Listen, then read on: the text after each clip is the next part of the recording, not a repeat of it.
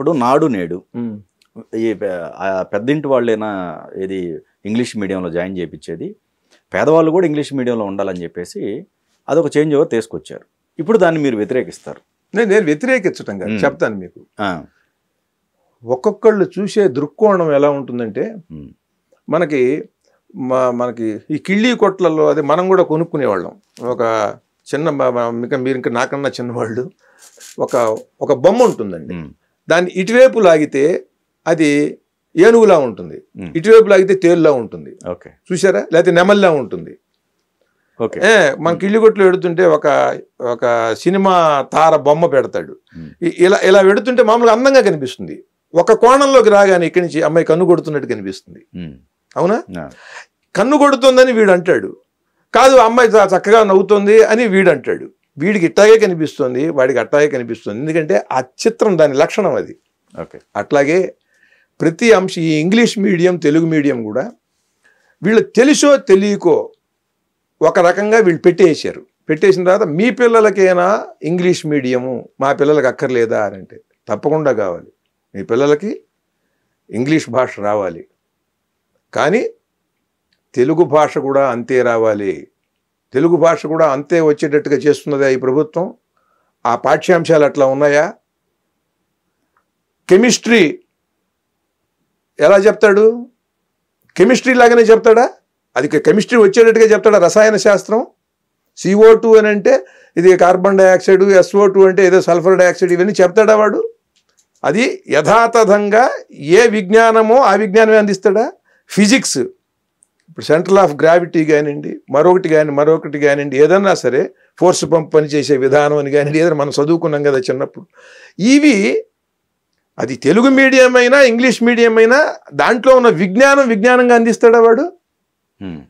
Botany ఉంది, ఆ botany దానికి అది ఈ చిక్కుడు విత్తనం ఏమిటి, ఈ విత్తనం ఏమిటి, ఇదేమిటి, ఇవన్నీ వాడికి సరిగ్గా చెబుతున్నాడా? ఆ విజ్ఞానం వాడికి అందేట్టుగా. అట్లాగే మ్యాథమెటిక్స్లో డైమండ్ వర్క్, డైమండ్ డిస్టెన్స్, ఇవి చెబుతున్నప్పుడు కాలము దూరము, కాలము పని, ఇటువంటివి చెబుతూ ఉంటాడు. అంటే అవి యథాతథంగా అవే మ్యాథమెటిక్స్ ఇప్పుడు అంటే 50 ఏళ్ల కిందట ఏమున్నాయో అవే చెబుతున్నాడే ఇప్పుడు కూడా స్టాండర్డ్. నేను చెబుతున్నది తెలుగు అట్లా ఉండాలే వద్దా? తెలుగుకి ఆ స్టాండర్డ్ వద్దా? తెలుగుని పలసన పడిచేసి తీసి పారేస్తావు నువ్వు? నీ పిల్లలకి తెలుగు వాడై పుట్టి తెలుగు అక్కర్లేదా? మీ ఓట్ల కోసం వాళ్ళని వీళ్ళని తెలుగులో బూతులు తిట్టిస్తారా? తెలుగులో మాట్లాడి దండాలు పెట్టి అమ్మ, అక్క, చెల్లి, తమ్ముళ్ళు అని మీరు అడుగుతారా? మీరు తెలుగులో అనండి, సిస్టర్, బ్రదర్స్ అనండి, ఎల్డర్ సిస్టర్ అనండి. ఇట్లా ఇంగ్లీష్లో మాట్లాడి ఓట్లు అడుగుతారా? మీరు తెలుగుని కూడా పిల్లలకి అలా చెప్పాలంటున్నాం. అలా చెప్పటంలో మీరు ఏం చేస్తారు అది తెలియాలి. పైగా ఇంకోటి, ఇంగ్లీష్ మీడియం వీళ్ళని చదివిస్తున్నారు, ఉద్యోగాలు గ్యారంటీగా ఇస్తారా? గ్యారంటీగా ఇప్పిస్తారా? అంటే మీరేమో ఇంగ్లీష్ మీడియంలో చదువుకుని మీరు అమెరికా వెళ్ళి చదువుకుని అక్కడ ఉద్యోగాలు చేస్తున్నారా? అమెరికా వెళ్ళి మీరు అక్కడి నుంచి ఇక్కడికి వచ్చి ఇక్కడేమో రాజకీయాల్లో ఉండి మీరు మమ్మల్ని పరిపాలించాలనుకుంటారా? మా పిల్లలేమో ఇంగ్లీష్ చదువుకుని వెళ్ళిపోయి అక్కడ ఉద్యోగాలు చేసుకోవాలా? మా తల్లిదండ్రులకు దూరంగా ఉండాలి వాళ్ళు. మీరేమో మీ పిల్లల్ని చదివించి ఇక్కడికి తీసుకొచ్చి వ్యాపారాలు చేయిస్తారు వాళ్ళతో. వాళ్ళు ఎక్కడో స్విట్జర్లాండ్లోనో లేకపోతే యుగస్లావియాలోనో జెకోస్లావియాలోనో సెటిల్ అవ్వచ్చుగా, పెద్ద వ్యాపారవేత్తలై మళ్ళీ ఇక్కడికి ఎందుకు తయారవుతున్నారు వాళ్ళు? ఈ దేశము, ఈ సంస్కృతి ఇది మీకు కావాలా? ఇక్కడ ప్రజలేమో మీకు కొనుగోలుదారులుగాను మీకు ఓటర్లుగాను ఉండాలి. ఈ పిల్లలేమో చదువుకుని కాస్త కూస్తో చదువుకున్న వాడికి మీరు ఉద్యోగాలు ఇప్పించే బాధ్యత మీకు లేకుండా వీళ్ళేమో వీళ్ళ అమ్మానాన్నలు వదిలేసి వెళ్ళిపోవాలా? వీళ్ళు ఎక్కడికక్కడ చేతులు దులిపేసుకుంటున్నారుగా. ఇంగ్లీష్ చదివించేసి వీళ్ళు వేరే ఇంగ్లీష్ వస్తే ఉద్యోగం వస్తుందా? ఎవరు చెప్పాడు మీకు? ఎన్ని లక్షల మంది ఎడుతున్నారు ఇక్కడి నుంచి? సంవత్సరానికి ఎన్ని లక్షల మంది ఎడుతున్నారు? 2 లక్షల మంది ఆదాయ పెడుతున్నారు ఇండియాలోంచి. అక్కడ వచ్చే ఉద్యోగాలు ఎన్ని? 30,000 ఉద్యోగాలు. మరి మిగతా వాళ్ళకి వెనక్కి తిరిగి వస్తున్నారు. వాళ్ళకి ఇక్కడే ఇవ్వాలి. ఎంత ఖర్చు అవుతుంది? 30 లక్షల నుంచి 1,20,20,00,000 వరకు అవుతుంది. సగటున 60 లక్షలు అవుతుంది. ఇవి భాషా శాస్త్రవేత్తలు ఇచ్చిన గణాంకాలు నేను చెబుతున్నవి కాదు. గారపాటి ఉమామహేశ్వరరావు గారు రాసిన పుస్తకం చదవండి మీరు 2018లో. అంటే సుమారుగా 1,25,000 కోట్లు, 1,25,000 కోట్లు, 1,50,000 కోట్లు మన పిల్లలు ఖర్చు పెడుతున్నారండి విదేశాల్లో ఎంఎస్ చదువుకోవటానికి. 1,50,000 కోట్లు. ఎందుకండి ఆ డబ్బు అంత ఖర్చు? ఆ తల్లిదండ్రులకు ఎంత బెంగ? అటువంటి విద్యా విధానం ఇక్కడికి తీసుకురావచ్చుగా మీరు. ఆ విశ్వవిద్యాలయాల్లో బోధించే వాళ్ళు ఎవరు? మన తెలుగు వాళ్ళే, మన తెలుగు ప్రొఫెసర్లే అక్కడ ఎక్కువ మంది ఉన్నది. అక్కడ వాళ్లతో సంప్రదించి అక్కడ వాళ్ళు పదవి విరమణ చేశారు. అటువంటి వాళ్లతో ఆ విద్యా విధానం ఎట్లా ఉంటుంది, ఆ పాఠ్యాంశాలు ఎట్లా ఉంటాయి, ఆ శిక్షణ ఎలా ఉంటుంది, అది మీరు ఇక్కడ అధ్యాపకులతో ఇక్కడ ప్రొఫెసర్లతో కలిపి ఇక్కడ విశ్వవిద్యాలయాలు నెలకొల్పితే మన వాళ్ళు అమెరికా వెళ్లాల్సిన అవసరం ఉందా? విమాన ప్రయాణాలకు ఖర్చు ఉందా? ఆ పిల్లాడు ఎట్టా ఉన్నాడు, పిల్ల ఎట్టా ఉందో అనే బెంగ తల్లిదండ్రులకు ఉంటుందా? ఆ పిల్లవాడు అక్కడి నుంచి హోమ్సిక్ అయ్యే అవకాశం ఉందా? రాజశేఖర్ రెడ్డి గారు చెప్పారు, యూట్యూబ్లో ఉంటుంది చూడండి. మా అబ్బాయి హోమ్సిక్ అయ్యాడు, అమెరికా వెళ్ళి ఇక్కడికి తిరిగి వచ్చాడని చెప్పాడు ఆయన ఇవాళ ముఖ్యమంత్రి గారి గురించి.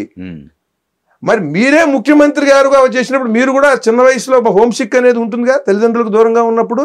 మరి మిగతా పిల్లలకు ఉండదా? ఆ హోమ్సిక్ అవ్వాల్సిన అవసరం ఏముంది వాళ్ళకి? ఇక్కడే ఆ ఉన్నత ప్రమాణాలతో విద్యను మీరు నేర్పిస్తే మన కర్మ ఏం పట్టింది? ఒక నలంద, ఒక తక్షశిల, ఒక సిద్ధ నాగార్జునుడు దగ్గరికి వచ్చి గ్రీకు దేశం నుండి, జపాన్ నుండి, చైనా నుండి వచ్చి చదువుకుని వెళ్ళారు కదా ఇక్కడి నుంచి. ఎప్పుడో 2000 సంవత్సరాల కింద ముందే. ఇవాళ మనకేం కర్మ పట్టింది మన పిల్లల్ని అక్కడికి పంపించటం? ఎవడో వచ్చి ఎవడో కాల్చేసేయటం మన పిల్లల్ని. ఎందుకని అటువంటి విద్యా విధానం ఎందుకు చేయలేరు? వార్ టెక్నాలజీ విషయంలో మీరు రష్యా వాడితోనూ జర్మన్ వాడితో ఇంకోటితో కొలాబరేషన్ అని చెప్పి తీసుకుని ఇక్కడ పరికరాలు ముడి సరుకులు తయారు చేసి వాడి టెక్నాలజీతో మీరు ట్యాంకర్లు, మీరు వార్ లైట్లు ఇవి తయారు చేస్తున్నారు కదా మీరు. అవి చేసిన వాళ్ళు ఒక విశ్వవిద్యాలయాలు పెట్టలేరా మీరు ఇక్కడ? అవి పెట్టండి. మన వాళ్ళు వెళ్లకుండా చేస్తే ఏంటండి మీకు 1,25,000 1,50,000 కోట్ల రూపాయలు ప్రతి సంవత్సరం మనం వృధా చేసుకుంటున్నాం.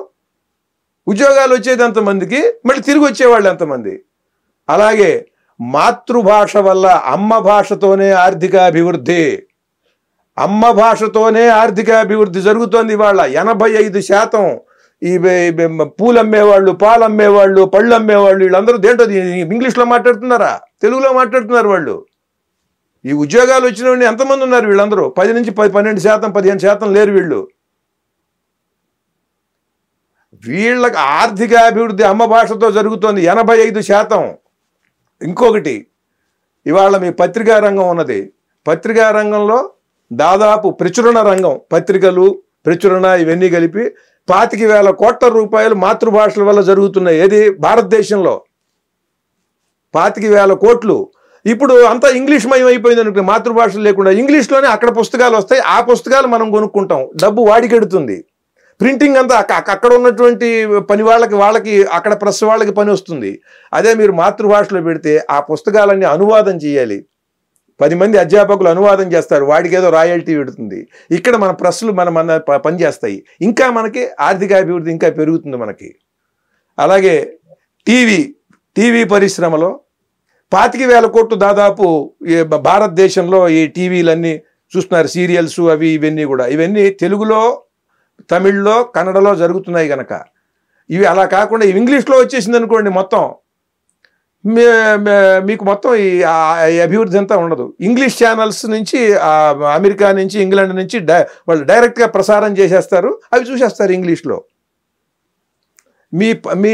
మీ వంటకాలన్నీ పోతాయి, మీ పండగలన్నీ పోతాయి, మీ సంస్కృతి అంతా నాశనం అయిపోతుంది. నీ అన్నమాచార్యుడు ఉండడు, నీ రామదాసు ఉండడు, ఏమండి? కనుక నీ పద్యం ఉండదు, నీ పాట ఉండదు, ఇప్పటికే లేకుండా పోయినాయి దాదాపుగా.